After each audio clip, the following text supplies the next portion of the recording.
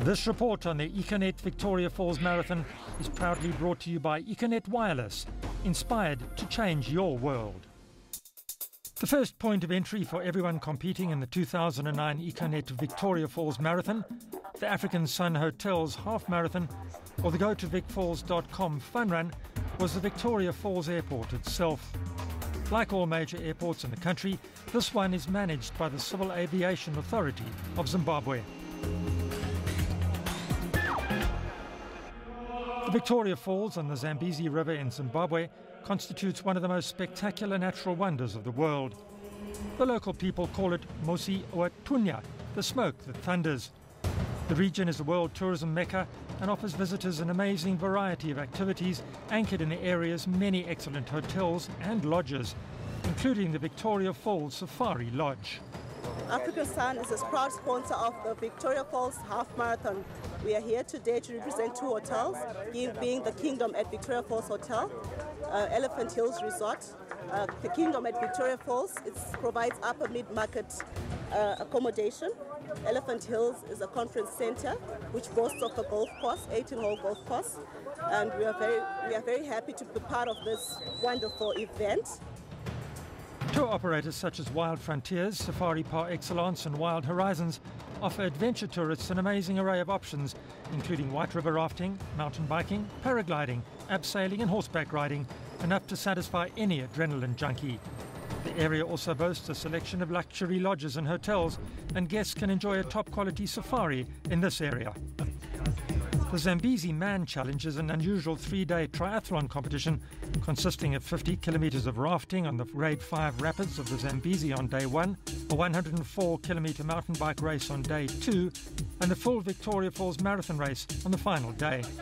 The pre-race briefing set the scene for what turned out to be a tough and exciting competition. The competitors were up for the challenge. A little bit nervous, the water's big, but I think we'll handle it, eh? But me, I'm scared. That is the first time for me to go in that water. No, not really well, huh?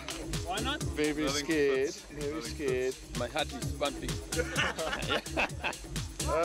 We've certainly trained to win. About to go down the mighty Zambezi, need to say a prayer. So for rafting, kayaking and the mighty Zambezi itself, we thank the Nyami Nyami. The white water rafting was a totally new challenge for some.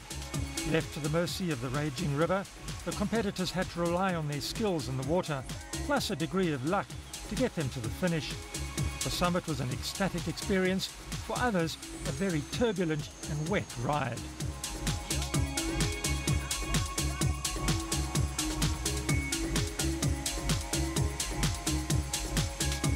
It was a damp but happy group of rafters that left the river and headed for the overnight camp, looking for a good night's rest before their next challenge, the 104 kilometres of rugged mountain bike racing the following day. It was awesome. It was good, pretty tough. Great, good start, the race. How was the rafting? We're in it to win it. Shat myself and everybody rapid. I was always in the bottom of the raft, but thoroughly enjoyed myself. Then it was time for the briefing about the mountain bike race. Next morning, bright and early, a cheery bunch of athletes set off. Ahead of them was a tough track of 104 kilometres back to the town of Victoria Falls. This time it was not about surviving the rapids by working together as a team in a raft. Rather, it was an individual race, every person doing his or her best to reach the finish as quickly as possible.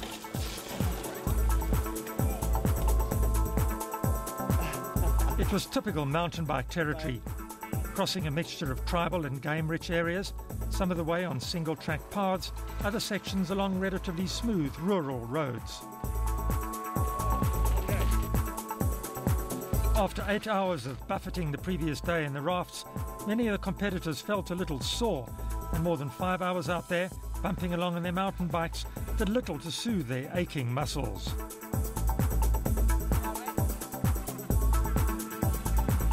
The leaders kept up a good pace, while some of the cyclists at the back took quite a lot of strain. It was tough out there, a bit longer than what we thought, and I suffered the last 10k, so I'm glad to be here. For all the runners, the real challenge lay ahead. The route for the Econet Vic Falls Marathon started at the Kingdom Hotel, made a loop onto the bridge into Zambia, then returning to Zimbabwe, it travelled into the Zambezi National Park, into the town of Victoria Falls, finally finishing at the Vic Falls Primary School on the Kazangula Road. A spectacular African sunrise greeted the athletes the next day. The mood at the start of the Econet Vic Falls Marathon was subdued, with everyone well aware of the challenge that lay ahead. The Kingdom Hotel was a spectacular sight, as was the kaleidoscope of colours worn by the runners, many of whom were sporting the national flag outfits. Finally they were away, and the long wait was over. As the leaders sped away, the rest of the field settled down for a wonderful tour of one of the world's most amazing natural attractions. The river, the falls and the wildlife all packaged together in a single race.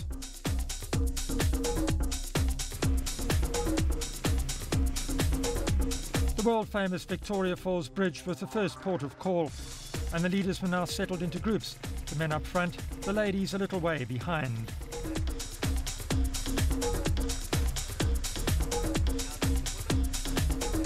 And Kosiasi Sabanda took an early lead, a brave thing to do in such a long race. The chasing group wisely decided to stick together, preferring to share the pressure of the pacemaking duties between them. By now, the first woman was running close to the three leaders in the Zambezi Man 3-day competition. Race number 74, 29-year-old Monica Kativu, was leading Rabia Filimu by a small margin, with both women looking strong and confident. The runners crossed the bridge and then made a U-turn back into Zimbabwe. The area was now full of runners going in all directions, with Sabanda still out in front in the men's marathon race.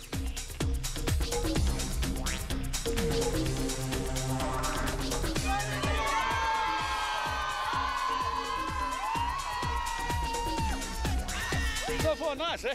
Well, class, well organised. 3 questions: how far are we from the finish? How far are we off the leaders?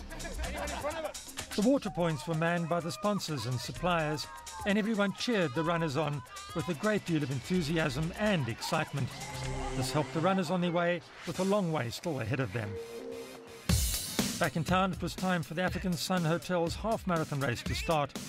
This race used much the same course as the marathon, with the trip across the bridge included, running alongside the Zambezi and through the national park.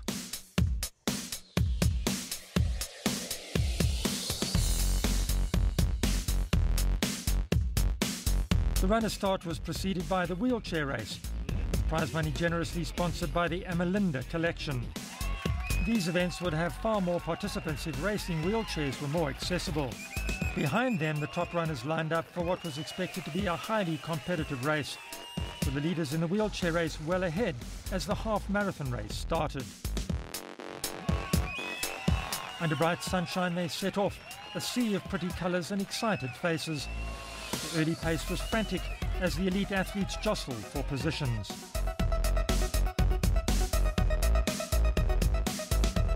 By the time they reached the Vic Falls Bridge, a group of 5 athletes had broken away, led by Kelvin Pangiso in the green and black colours.